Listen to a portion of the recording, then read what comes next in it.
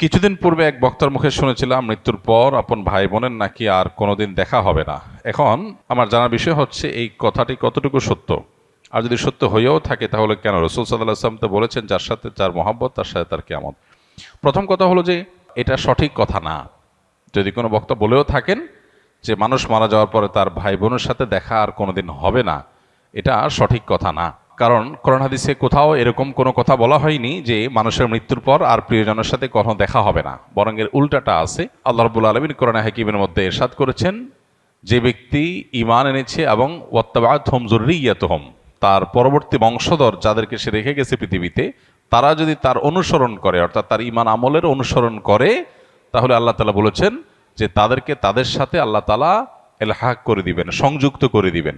অতএব এই আয়াত বরং পরিষ্কার বলছে যে কোনো মানুষের মৃত্যুর পর তার আত্মীয় স্বজন বা যাদেরকে তিনি রেখে মৃত্যুবরণ করলেন, সে মানুষগুলো প্রিয়জনরা যদি তার আদর্শ অনুসরণ করে, অর্থাৎ ঈমান আমলের চর্চার মধ্যে থাকে, তাহলে তাদের সাথে কিয়ামতে বা আখিরাতে আল্লাহ রাব্বুল আলামিন তাদের সাথে সাক্ষাৎ এবং একসাথে থাকার সুযোগ আল্লাহ তাআলা দান করবেন। এটা এখান থেকে পরিষ্কারভাবে বোঝা যায়। আর এর পাশাপাশি নবী সাল্লাল্লাহু আলাইহি ওয়াসাল্লাম আরেকটা হাদিস আছে, আলমার ও মাআমান আহাব, অর্থাৎ মানুষ যাকে ভালোবাসে তার সঙ্গে সে থাকবে। সেটার একটা অর্থ হতে পারে যে একজন মানুষ যখন জাহান্নামী কোনো মানুষকে ভালোবাসবে, আপনি কার ফ্যান, কার ফলোয়ার, কাকে ভালোবাসেন, কাকে অনুসরণ করেন, এটার উপর নির্ভর করে আপনার গন্তব্য। একজন মানুষ যখন কোনো খারাপ মানুষ অনুসরণ করে, তখন তার সাথে কিয়ামত হবে, তার সাথে তার হাসর হবে, সে তার পরিণতি ভোগ করবে।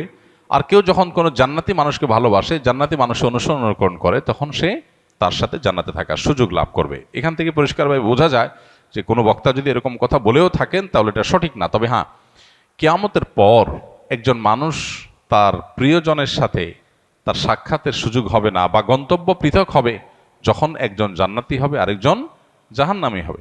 এখন প্রশ্ন হলো যে আমার ভাই, আমার মা, আমার বাবা, আমার সন্তান কেউ যদি বেঈমান হয় আর সে যদি জাহান্নামী হয়, আর আমি যদি জান্নাতি হই, তো জান্নাতে আমার সুখ হবে না, আমার তো মনে কষ্ট থাকবে যে আমার প্রিয়জন জাহান্নামে।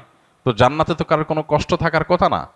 জান্নাত আজা কে আজারে নাবাসদ কাছে রাবা কাছে কারে নাবাসদ, ফার্সিতে একটা কবিতা আছে, জান্নাত সেই জায়গা যেখানে কোনো কষ্ট থাকবে না। তো আমার প্রিয়জন যদি জাহান্নামে যায়, আমি যতই জান্নাতে যাই, আমি তো সুখ পাবো না।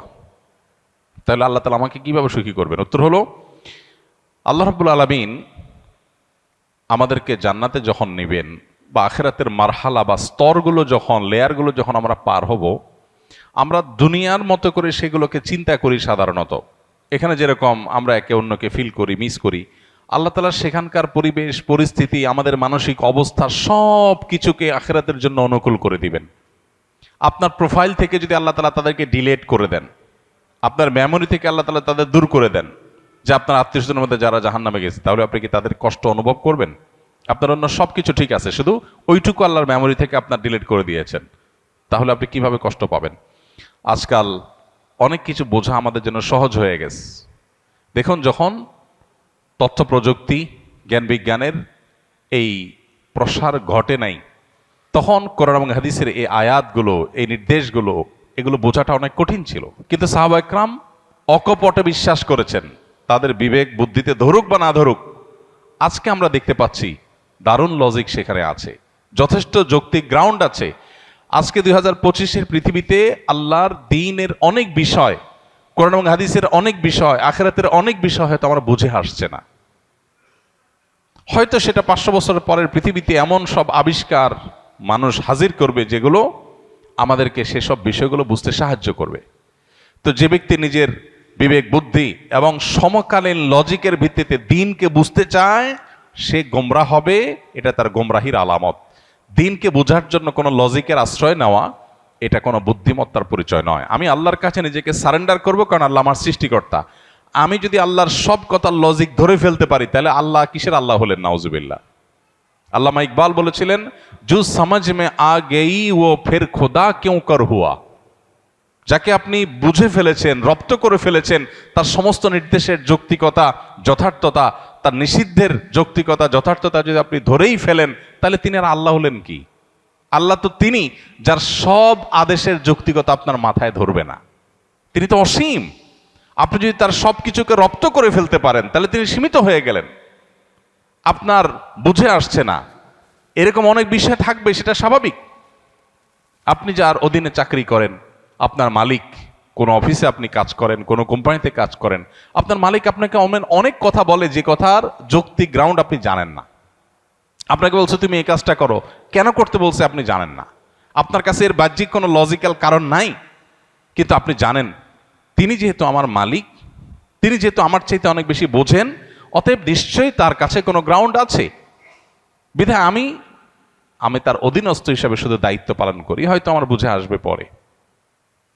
একজন গাড়ি চালক, একজন পিয়ন, তাকে বলা হলো যে ফাইলটা তুমি অমুক জায়গায় দিয়ে আসো, আবার নিয়ে আসো, আবার দিয়ে আসো, আবার নিয়ে আসো। তার কাছে মনে হতে পারে এটা তো অনর্থক কাজ, কেন দিয়ে আসছি, কেন নিয়ে আসছি, এর দ্বারা লাভ কি?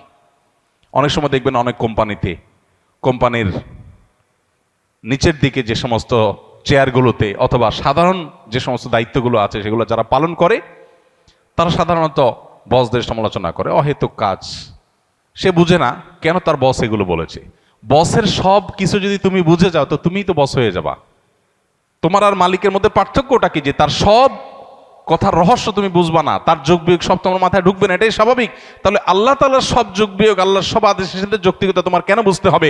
এটাই হলো সবচেয়ে বড় বিভ্রান্তি, এটাই হলো সবচেয়ে বড় ইললজিক্যাল, সবচেয়ে অযৌক্তিক কাজ, যে আল্লাহর সব আদেশ নিষেধের যথার্থতা আমার বুঝতে হবে। এই চেষ্টা করাটাই একটা হাস্যকর চেষ্টা। মানুষ হয়ে যদি আমার চাইতে অনেক দূরে থাকা, অনেক উপরে থাকা মানুষের আদেশ নিষেধের যৌক্তিকতা আমি না বুঝি, তাহলে সৃষ্টি হয়ে স্রষ্টার সমস্ত আদেশ নিষেধের যৌক্তিকতা আমার বুঝতে হবে, এটা মোটেও যৌক্তিক কোনো বিষয় নয়। তো যেটা বলছিলাম, যে প্রশ্নের উত্তরে এত কথা বলছিলাম, সেটা হলো যে আখেরাতে আল্লাহ রাব্বুল আলামিন কি করবেন সেটা নিয়ে আপনার আমার টেনশন নাই। আমাদের নাস্তিক বন্ধুদের অনেক প্রশ্ন থাকে, যে প্রশ্ন দেখে সরল মনা বা সংশয়ে ভোগা অনেক মানুষ তারা বিভ্রান্তিতে পড়ে যান। অদ্ভুত অদ্ভুত সব প্রশ্ন করে। ইমানদারের সমস্ত প্রশ্নের কমন উত্তর হলো আমি গোলাম কার? আল্লাহর। আল্লাহ আদেশ করেছেন, আমি তামিল করব। আল্লাহর সমস্ত আদেশ, সমস্ত নিষেধের যৌক্তিকতা বোঝা আমার জরুরি না। আমি যদি তার সব কিছু বুঝেই যাই, তাহলে তিনি আর আল্লাহ হলেন কি? তিনি তো আমার মতো মানুষই হয়ে গেলেন। আল্লাহ তো সে অসীম সত্তা, যার আদেশ নিষেধকে আমার সীমিত বিবেক দিয়ে সবকিছু বুঝবো না, এটাই তো স্বাভাবিক। অতএব আখেরাতে কিয়ামতের দিন আল্লাহ তাআলা কিভাবে, আমার আত্মীয় স্বজন কেউ যদি জাহান্নামী হয়, আমি যদি জান্নাতি হই, তা আল্লাহ আমাকে কিভাবে সুখ দিবেন, এটা নিয়ে আমার টেনশন নাই। সুখ কিভাবে দিবেন এটা আল্লাহর কাজ, আমার টেনশন না করলেও চলবে। অদ্ভুত অদ্ভুত প্রশ্ন অনেকে করে।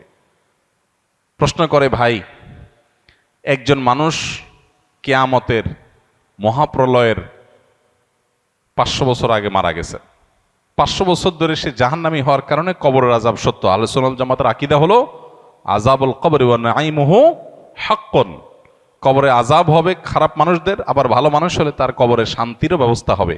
তার লাশ মাটির সাথে মিশে পচে গলে যেতে পারে আপাত দৃষ্টিতে, কিন্তু ওই তার ধ্বংসাবশেষ, তার যে মূল উপাদান, সেটাকে আল্লাহ তাআলা শান্তি দিবেন। দেখতে দেখা যাবে মাটি, সে মাটি হয়তো কষ্ট ভোগ করছে বা সুখ ভোগ করছে, এটা আমরা অনুভব করব না। আজকের পৃথিবীতে এটা তো বোঝা খুব সহজ। আজকের পৃথিবীতে এরকম বিষয়গুলো বোঝা একেবারেই সহজ। তো এই বিষয়টা সত্য। এখন প্রশ্ন হলো, যে ব্যক্তি কিয়ামতের 500 বছর আগে মারা গেল, তাকে আল্লাহ তাআলা 500 বছর ধরে কবরের শাস্তি দিচ্ছেন। আরেকজন কিয়ামতের ঠিক আগের দিন মারা গেল, যেদিন কিয়ামত তার আগের দিন মারা গেল, তার শাস্তি দিন আল্লাহ তাআলা একদিন। এখন নাস্তিক ভাইদের প্রশ্ন হলো যে, ভাই, মনে করেন দুইজন একে অপরাধে মারা গেছে, সমান অপরাধী হয়ে মারা গেছে। একজন 500 বছর ধরে শাস্তি পাইছে কবরে, আরেকজন মাত্র একদিন পাইছে, এরপর তো কিয়ামত হয়ে গেছে, আর কবরের শাস্তির সুযোগই নাই। তাহলে আল্লাহ তাআলা এখানে ইনসাফ কেমনে করবেন? আল্লাহ কিভাবে ইনসাফ করবেন, এই টেনশন তার মাথায় ঢুকছে। আল্লাহ রাব্বুল আলামিন ইনসাফ করবেন, দ্যাটস ইট। আল্লাহ কোরআনে পরিষ্কারভাবে ঘোষণা করে দিয়েছেন, ওমা রাব্বুকা বিযাল্লামিল লিল আবিদ। আল্লাহ তার কোনো বান্দাদের প্রতি কোনো জুলুম করবেন না, আল্লাহ জুলুম করেন না। আল্লাহ বলেছেন হাদিসে কুদসিতে, ইন্নী হারামতু যুলমা আলা নাফসি, আমি নিজের প্রতি নিজে জুলুমকে হারাম করে দিয়েছি। সো 500 বছর আগে মারা গেছেন, কিয়ামতের একদিন আগে মারা গেছেন, সেম অপরাধের অপরাধী, সমান অপরাধের অপরাধী, সমান দোষে দোষী, কিন্তু একজনকে 500 বছর ধরে শাস্তি, আরেকজনকে একদিন আগে শাস্তি। এই দুইটার মধ্যে আল্লাহ ব্যালেন্স কিভাবে করবেন, তার হাজারটা ব্যবস্থা আল্লাহর কাছে থাকতে পারে। আমার এটা চিন্তা না করলেও চলবে। আল্লাহ করবেন ইনসাফ, এতটুকু নিশ্চিত। আল্লাহ জুলুম করবেন না, এটুকু নিশ্চিত। কিভাবে করবেন সেটা আল্লাহ ভালো জানেন, এটা আমার জানার দরকার নাই। এটা হলো ইমানদারের কথা। তারপরেও বুঝার জন্য ইব্রাহিম আলাইহিস সালাম যেরকম বলেছেন, আল্লাহ কিভাবে আপনি আবার প্রাণীগুলোকে একত্র করবেন, জীবিত করবেন, আমাকে একটু দেখান। আল্লাহ বলেছেন, আওয়ালাম তো মিন, তোমার কি ইমান নাই, ইমান আসে না, বিশ্বাস হয় না? বলছেন হ্যাঁ বালা ওয়াল্লাহ কিল্লিয়াতমাইন্না কালবি। আল্লাহ তাকে দেখাইছেন। তো বোঝার জন্য বলা। একজন মানুষকে 500 বছর ধরে শাস্তি দিলেন আল্লাহ তাআলা, আরেকজনকে একদিনের শাস্তি দিলেন। 500 বছরের শাস্তি একদিনে। এই শাস্তির কোয়ালিটি দিয়ে দীর্ঘদিন ধরে দেওয়া শাস্তি আর অল্প সময় দেওয়া শাস্তি দুইটাকে সমন্বয় করা সম্ভব কিভাবে?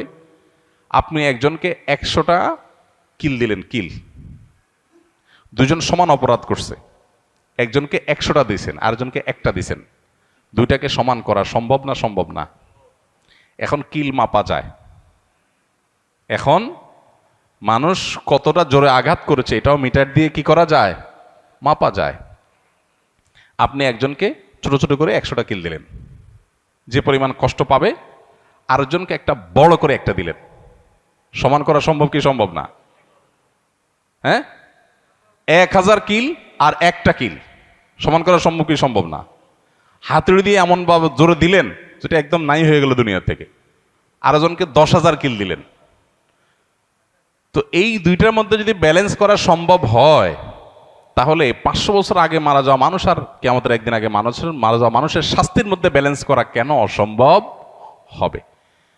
মানুষ সবকিছু নিজের মতো করে ভাবে, এই জন্য সে ভুল করে।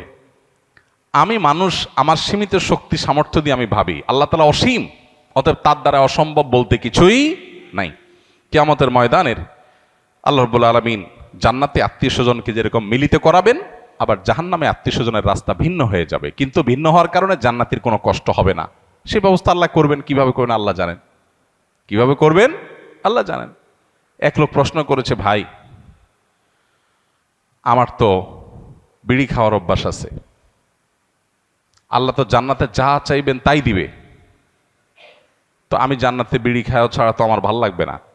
যদি আল্লাহ আমারে জান্নাত দেন, যদি আল্লাহ আমাকে জান্নাত দেন, হতে পারে না যে অনেক গুনাহ করার পর আল্লাহ মাফ করে জান্নাত দিয়ে দিয়েছেন, হতে পারে, ইমানদার হলেই হলো।